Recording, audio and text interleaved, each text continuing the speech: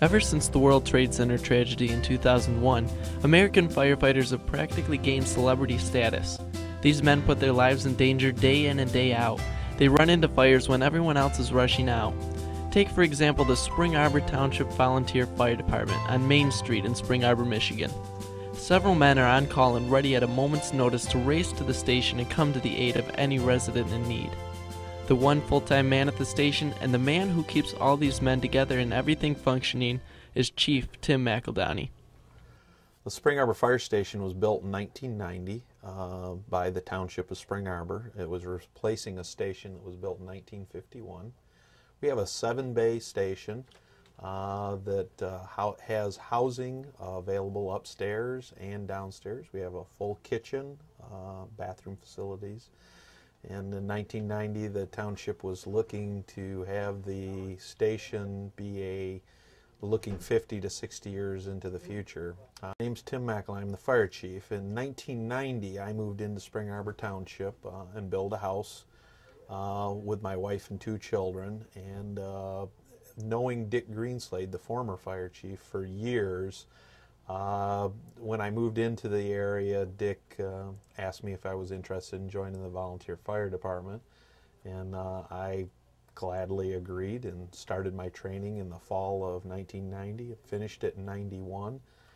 And then in 2004, we lost Dick to a battle with cancer, and the chief's position come open. I was a plant manager of a small factory not too far from Spring Arbor, and wound up applying for the job and started in July 1st of 2004 as the full-time fire chief.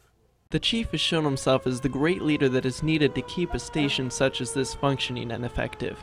The fire chief has a difficult job. Man, he has to manage 29 firefighters all the time, what they're doing, where they're going, how things are running. Make sure the trucks are ready to go, fueled up. Yeah, being the chief is a tough job. I'm glad it's not my position. The volunteers here at the station are prepared to tackle anything from grass fires to house fires to medical emergencies and more due to the amount of training that each fireman has obtained. Yeah, there's a lot of hours of training that goes into being a firefighter now.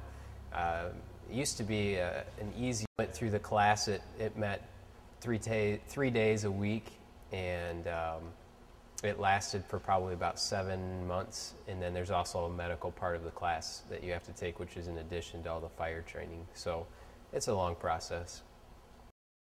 Not only is the training important, but also the equipment that is used to help keep the men safe and help them do their job. The station has a couple of engines, a ladder truck, and other vehicles. Other vital equipment includes the Scott packs that they use, hoses, the suits that are worn, extrication tools, and more. Some of the most necessary pieces of equipment are what we call it's PPE, personal protective equipment, and your coat and your pants and your boots, your helmet. All that stuff is vital to protect you from fire, as well as an air pack. So many toxic chemicals in the house now that burn, and when those gases are in the air, the only place they have to go is in your lungs, and so to wear a face mask and to have an air pack on is vital to your health and for you to come out of that fire alive. Community service is a big part of the station and is close to every fireman's heart.